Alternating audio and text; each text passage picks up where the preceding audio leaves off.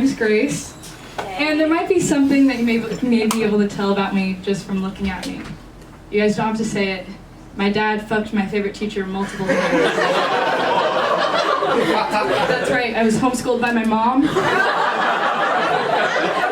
And she was a great teacher. And being homeschooled, it's weird, you get fucking called out for everything. It's a compliment to say that you don't seem like you've been homeschooled. But homeschooled kids are everywhere. Are any of you homeschooled? Really? Yeah, that silence is just everywhere, huh? Okay. that silence is just the social intelligence going down the drain. But they are here, they are out there. There's a few things that come with being homeschooled. For instance, sex ed directly from your mom. And it's hard, because I never really got a birds and the bees talk. But from the time that I wrote this to now, my mom tried to give me one. But little did she know that this bird had already had sex with other birds and wasn't really into that bee side of things. But I had sex with another bird and I liked it. That sounds fucking awful. But I can't help but wonder if it's because she wasn't expecting me to have sex, or if she just knew that I liked pussy before I even did. Because I think you might be able to tell in some ways. Maybe it's the chain, maybe it's the tank top. But another thing that comes with it is being told, oh, I couldn't tell. I got a boy who kissed me on the cheek in the 6th grade sent to the principal's office, and you can't tell?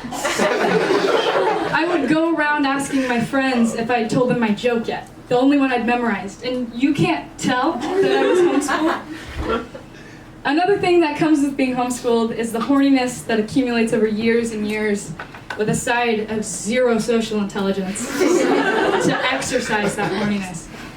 And so, for the first time ever, I slid into a girl's DMs. I had just turned 18. Sorry, my mom's texting me. My teacher just wants to make sure I'm doing well in college.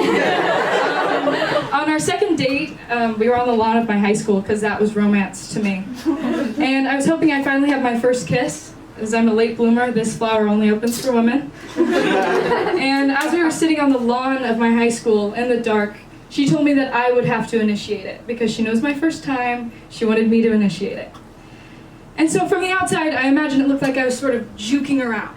As I kept going in, and then deciding to hug her.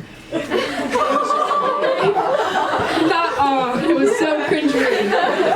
But I was juking around like, come and get me, bitch. You want me? Oh wait, you won't. And I'm so fucking terrified, please just kiss me and get it over with. But as I'm thinking to myself, oh God, please just kiss me, I just continuing to hug her, just over and over again, and leaning around her shoulder. It was just so uncomfortable. So after several hugs and lean-ins, and one little nose rub probably, just to make it worse, it finally happened. And as we were walking back to our cars, I couldn't even hold her hand, because burned into my mind was the flavor of not her lips, but the space between her upper lip and her nose, because that was all I had gotten. And as far as romance goes, we drove to my house separately, because of course to my demise the date wasn't fucking over, it wouldn't end. And as I'm driving back, I'm thinking, I've got this, I can do this, I don't know what's gonna happen, maybe we'll kiss a couple more times, watch a movie, whatever. But we get to my house and she was ready to dive right on in, and I had just had my first kiss. And so I was just thinking to myself, okay, I can do this. This is gonna be fine. I brought my goggles, they're right here. Oh wait, no. I left my goggles with my virginity that will not be touched for a very long time, and I'm gonna need you to slow down. But as we were sitting there, she kept making moves on me and whatever, and she wanted to dive in like a Mormon at a co-ed sleepover. I can say that because my girlfriend is an ex-Mormon, my current girlfriend. This isn't her. She wouldn't have stayed with me if this was her. But her version of diving in was a death grip on my left titty and a vigorous makeout session that I once again continued pulling away from and trying to hug her. Not because I was like, oh my God, I love you. It was like, please get off of me, please leave. It was totally my fault though, I was just making it even worse.